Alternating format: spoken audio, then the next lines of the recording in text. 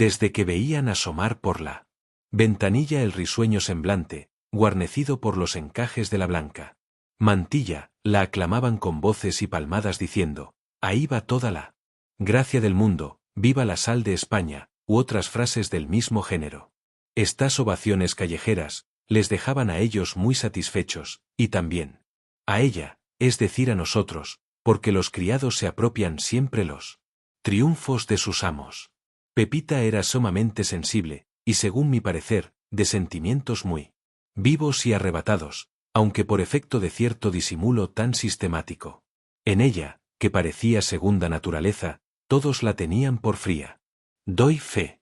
Además de que era muy caritativa, gustando de aliviar todas las miserias de que tenía noticia.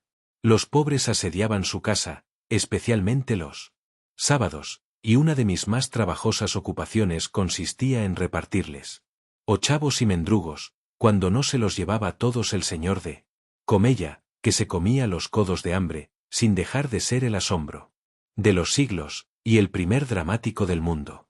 La González vivía en una casa sin más compañía que la de su abuela, la octogenaria doña Dominguita, y dos criados de distinto sexo que la servíamos. Y después de haber dicho lo bueno, se me permitirá decir lo malo, respecto al carácter y costumbres de Pepa González. No, no lo digo. Téngase en cuenta, en disculpa de la muchacha ojinegra, que se había criado en el teatro, pues su madre fue parte de por medio en los ilustres escenarios de la Cruz y los Caños, mientras su padre tocaba el contrabajo en los sitios y en la Real Capilla. De esta infeliz y mal avenida coyunda nació Pepita, y excuso decir que desde la niñez comenzó a aprender el oficio, con tal precocidad, que a los 12 años se presentó por primera vez en escena, desempeñando un papel en la comedia de don Antonio Frumento Sastre, rey y reo a un tiempo, o el sastre de Astracán.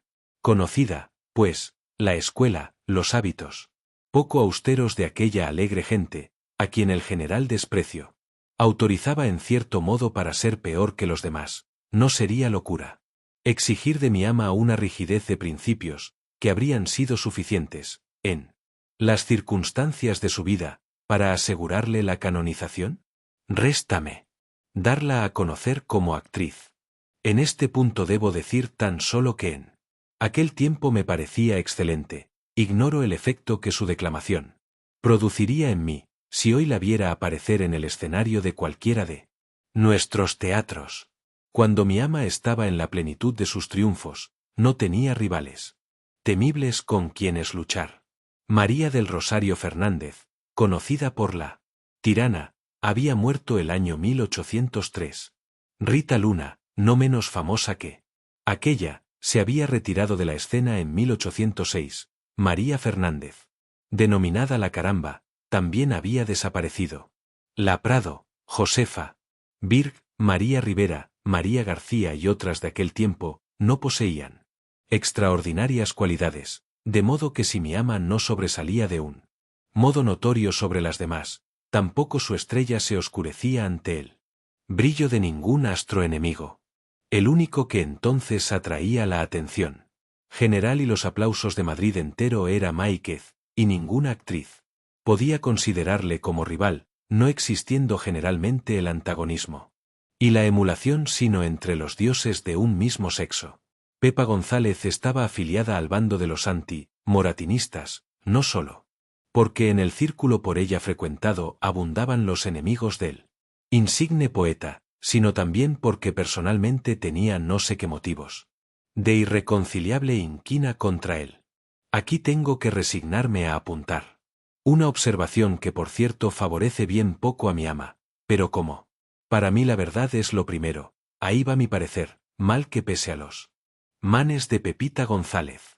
Mi observación es que la actriz del Príncipe no se distinguía por su buen gusto literario, ni en la elección de obras dramáticas, ni tampoco al escoger los libros que daban alimento a su abundante lectura.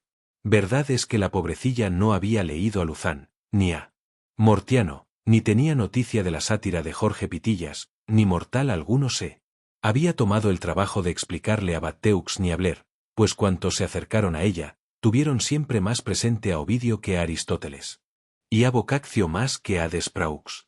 Por consiguiente, mi señora formaba bajo las banderas de don Eleuterio. Crispín de Andorra, con perdón sea dicho de Cejijuntos Aristarcos. Y es que ella no veía más allá, ni hubiera comprendido toda la jerigonza de las reglas, aunque se las predicaran frailes descalzos.